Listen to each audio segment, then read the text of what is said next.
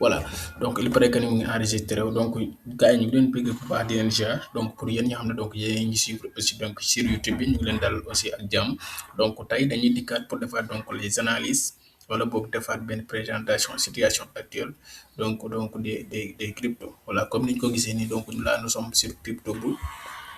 donc XRP aussi donc tey def na une pourcentage de 3%. Voilà, donc, machallah, donc, mon aussi def 3%. En une semaine aussi, tamit, donc, voilà, en une semaine, donc, on a une marché en une semaine. Voilà, donc, Morpho, donc, il a fait 21%. Donc, VVV aussi, tamit. Donc, il y a aussi tamit des mêmes coins. Donc, c'est une volatilité. Dafay am solo da nga dire que ay crypto monnaie loo xam ne donc ils sont basés sur des projets yoo xam ne vraiment donc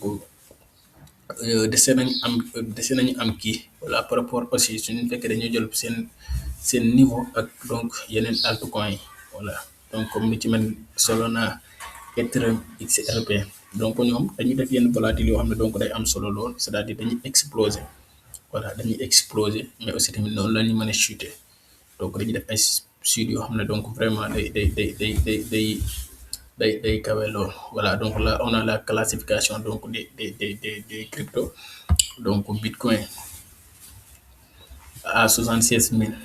949%. Donc à une heure de temps, donc mon mu ngi def 0,20%. En une journée, en 24 heures, il a fait 2%. En une semaine, donc moom dafa wàcc. Voilà, dafa wàcc. En une semaine, dafa wàcc à environ 2%. Ci weer wi nag donc il a fait une chute de 0,70. Deuxième position donc ñu amat toujours donc Ethereum nga xam ne donc c'est la crypto-monnaie qu'on a créée aussi donc après l'avènement de Bitcoin donc son prix toujours à 2122. Donc sa capitalisation aussi toujours autour de 256 milliards de dollars. Donc c'est pas en CFA aussi. Donc pour vous dire que ni importance bi nga xam ne donc ça montre que ni li nga xam ne moo ci tourné c'est-à-dire en 24 heures la volume d'échange de l'Ethereum est à 16 milliards c'est-à-dire ci 24 heures yi 16 milliards de francs CFA mu ngi dugg ak a génn ci crypto-monnaie bi nga xam ne mooy Ethereum voilà donc bu ñu jëlee nag ci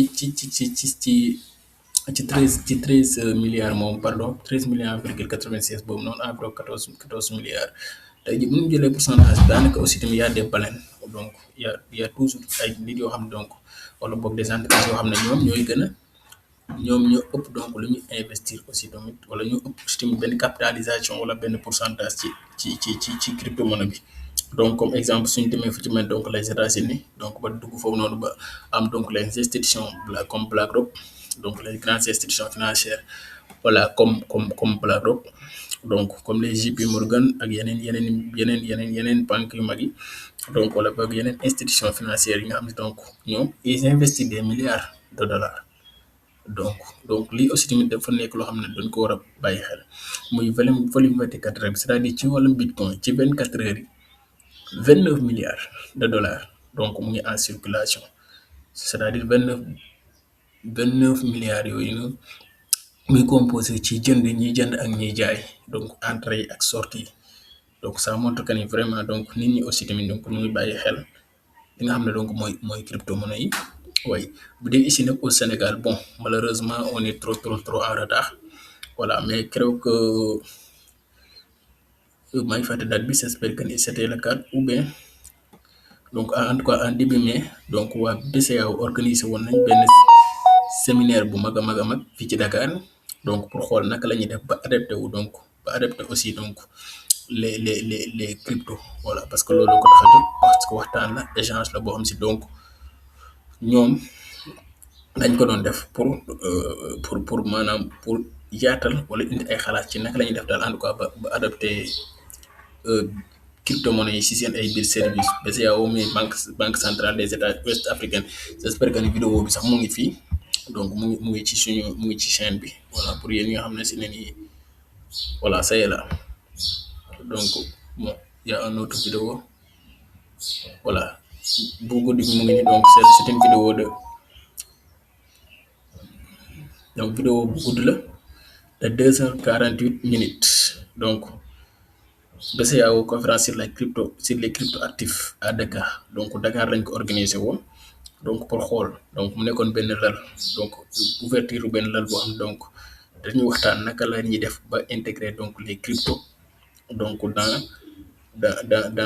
tout cas dans les systèmes bancaires et tout ça. Voilà donc vidéo bi donc mu ngi ci chaîne bi, donc mën ngeen a dem gaaw ngeen dugg aussi suñu chaîne YouTube. Il paraît que ni lien bi mu ngi ci bio bi. Voilà donc ngeen profité aussi tamit ngeen abonné aussi, que ça soit yéen ñi nga xam ne yéen a ngi ci TikTok bi donc ak yéen ñi nga xam ne si donc yéen a ngi ci YouTube bi. Voilà donc chaîne YouTube bi lien bi mu ngi sama bio, mën ngeen fa dugg. Donc on va continuer toujours sur voilà sur Crypto Bull. Donc BNB bi laa doon wax, BNB bi aussi gisoo leen ko moo nekk à 4e position. Tester bi nag duñ ci kii parce que Tester moom stable coin la. Voilà Tester stable coin la, stable coin boo leen ko dégg mooy crypto boo xam ne si ne donc dafa stable, donc monnaie bu stable la. Moom en général moom la nit ñi di utiliser pour def des échanges, que ça soit des achats des cryptos ou bien des ventes crypto en USDT. C'est-à-dire nit ki su fekkee dafa jënd ay crypto mu jaay pour mu bañ a perte, donc pour mu bañ a perte ses crypto, donc moom mën na ko convertir en stable coin. Donc stable coin moo nekk crypto yoo nag xam ne fonctionnalité d'envoi de code suspendu, visibilité. Bon TikTok mu ngi may envoyer des notifications comme lu mu bëgg a wax fii, fonctionnalité d'envoi des codes suspendus et visibilité la. Bon dañu tàmbali di def des kii nag des live, des fois la ñuy def partage rek, mais ci YouTube bi lañ gën a actif quand même. Les fonctionnalités d'envoi cadeau suspendus et restreints dans les actions répétitives ou prolongées qui ne suscitent pas d'engagement durable. Bon comme que vu que ni gars yi dafa mel ni bon aimé wuñ partagé wuñ, pas des raisons pour laquelle loolu moo tax bon donc gars yi sur ce donc